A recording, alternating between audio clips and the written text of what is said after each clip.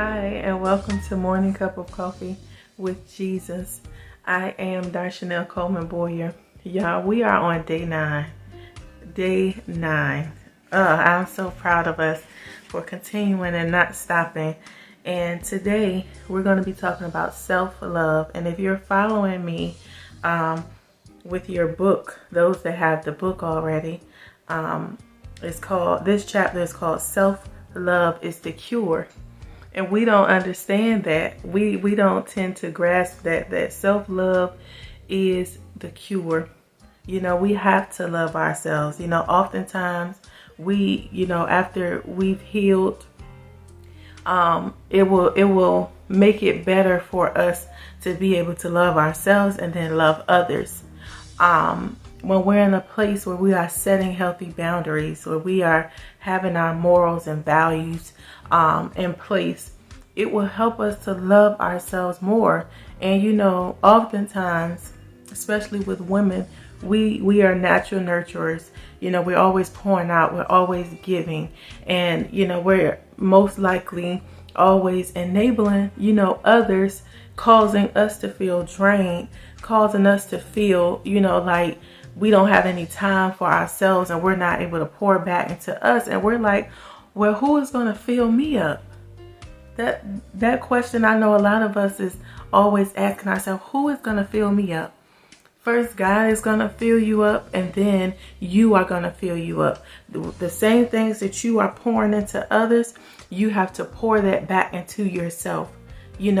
But you have to take care of you first, because if you don't take care of you, you're not going to be any good for anyone else. So that's why self-love is the cure to us feeling like we need others to validate us, feeling like we need others to tell us that we're beautiful. Self-love is setting boundaries with people, not letting people disrespect you, not letting people use and abuse you.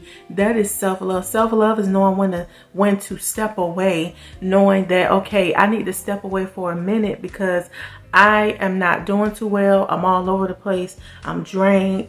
I'm not feeling enthusiastic. I'm not feeling joyful. So I have to step away to pour back in me. And if that means stepping away to do absolutely nothing and just to rest your mind in a peaceful state, then do that. And stepping away is going to take a walk sometimes, listening to some good worship music or music that puts you in that place of peace. It might be you going to the spa, getting a massage or something. But we have to have those moments where we step away, where we are putting us first, where we are filling ourselves up, so that we are able to pour out that point of resting, not just in the physical, but resting mentally, resting spiritually, and allowing God to fill us and continuing to fill us until we're overflowing. And I have here that most of us have not been taught in our childhood how to properly love ourselves. And I'm not talking about, just having, putting on clothes and makeup and lashes and all of that. Yes, how we look and present ourselves to the world is important. But a lot of us are good at that already, of dressing stuff up and making ourselves look pretty, even when we feel a mess, But self-love is what I was just telling you guys, the inward. Us working on the inward. Us, knowing when to reject some things. Us knowing when to say, no, I'm not okay right now, but I will be. Us, just pouring into us. Us being okay, with not knowing it all, having it all, not having to measure ourselves up to the next woman, or anything like that, because we know who we are and whose we are.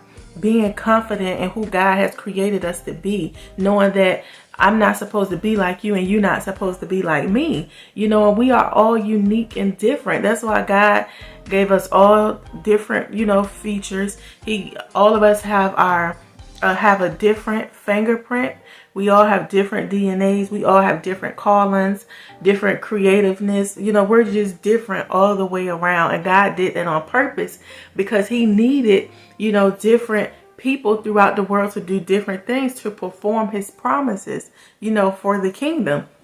And so we have to know that and walk in that differentness and walk in that uniqueness, and knowing that, you know, I might not look like her and she might not look like me, but we're still both amazing. We're still both powerful. We're still being used by God. So I just wanted to print that out. And we have to be okay with not being the prettiest girl in the room, having the smartest intellect, not having the longest hair, or even having a nice body shape.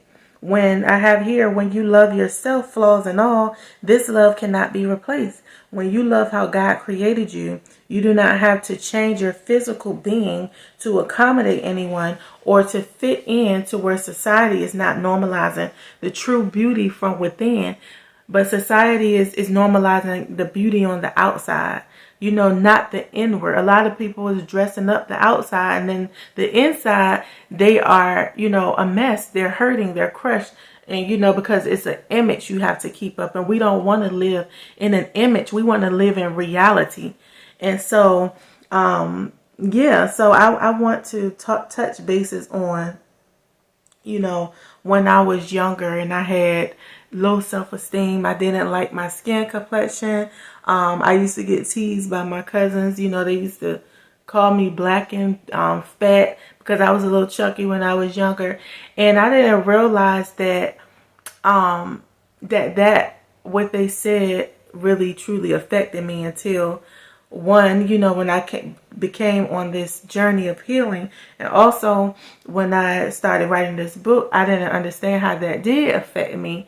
And it made me not like my skin complexion. And it made me, like, you know, just not love myself. So it made, by me not loving myself, I accepted things that I shouldn't have accepted. I let people use and abuse me and walk over top of me. And, you know, I didn't have morals and boundaries set in place. So when I learned that on this walk with God, and I learned, you know, to have those things in place, you know, that's a part of loving ourselves. And now I stand on it. And at first I used to be like, well, maybe I'm being mean and, you know, this and that. But now I stand on that truth of having boundaries, having morals set and standards set, because people have to know, you know, that people have to know and understand that you require respect. And think that and things that they might do with somebody else, they can't do with you, because you know who you are and you hold a certain type of value and a certain type of respect for yourself. And it's not you being conceited, it's you being confident that you know who you are. You know who your Father says that you are. He says that we are a masterpiece. We are a prized, you know, possession of His. You know, we are a royal priesthood. We are fearfully and wonderfully made. And when we walk in those decrees and what God has said about His children, you know, we can walk with confidence knowing that you are not alone. There's an army behind you. You got your angels behind you. And, you know, if anyone don't like it, then, I mean, that it just sounds like a personal problem. But you have to walk in confidence knowing that you are being who God has created you to be. And I have here,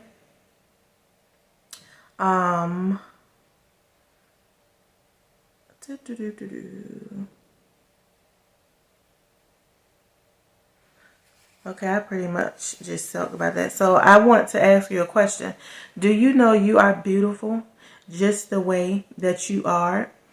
The way your complexion is and the way it glistens against the sun. Your eyes, whether they are big, small, bright, dark, they are beautiful. Your smile and how you light up a room. Your hair, whether it's kinky, coily, straight, long, or short, you are still beautiful. So rock your beauty. You are intelligent. You're smart. You're fearless. You're brave. You're powerful. You are anointed. And so these are the things that I want you to speak over your own self. These affirmations, because your Father looks at you that way. You know, if we can get out of the noise of what people say about us and the noise of what society say that we should be and measure up to, we get that out of our mind and get into our word and see what the Lord says about us, then those things wouldn't even affect us. It would just be It would just be a whole bunch of sound and a whole bunch of talk, but it will be blurred because you know what your Father says about you. And on this journey, even while you're learning to love yourself, when people start to see that you're starting to love yourself, be ready for a lot of people to disconnect because they see that you have found your true identity and who you are. It's sad to say, but a lot of people, they are okay when you are beat down. They're okay when you don't know your purpose. They're okay when you are depressed and all of this. And so this is why, it's important for us to know who we are. And all company is not good company. We have to know who's draining us, who's around us to extract from us, who is around us that's trying to imitate us, who around us that really don't care for us too much. And we have to start doing the process of elimination. And knowing that, God is going to do his best once he removes those people that are not for us. He can't really work how he wants to when we still allow people to be around us that's not supposed to be.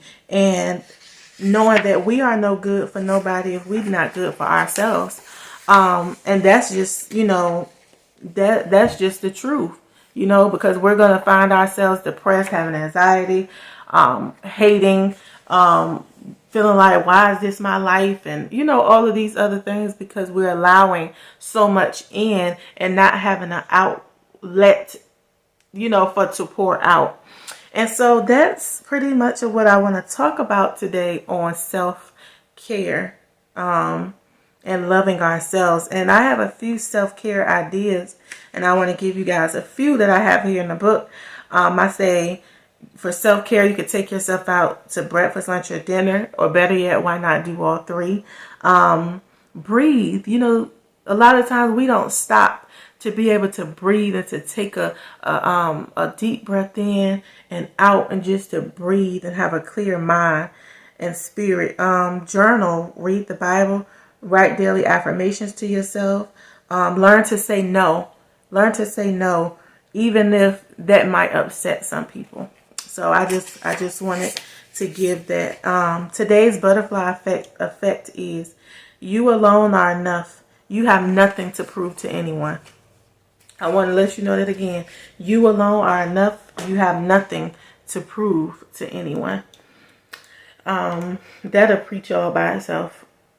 So today's scripture comes from Proverbs 19, verse 8. And it says, the one who gets wisdom loves life. The one who cherishes understanding will soon prosper. The one who gets wisdom loves life. And you are getting wisdom right now. That just shows that you are serious about your life. You're serious about the others' lives that you're going to come into contact with. And you're ready to start loving yourself. So I pray this has blessed you. I pray that you guys have a God day. And I pray that you guys just continue to heal, to love yourself, and allow God to use you in the best way that he knows how and the best way that he wants to. So I pray that these videos are blessing you and helping you to heal and deal with those things that is trying to derail and set us back. So I love y'all. Have a God day, and that's being intentional and doing things on purpose to glorify him. See ya.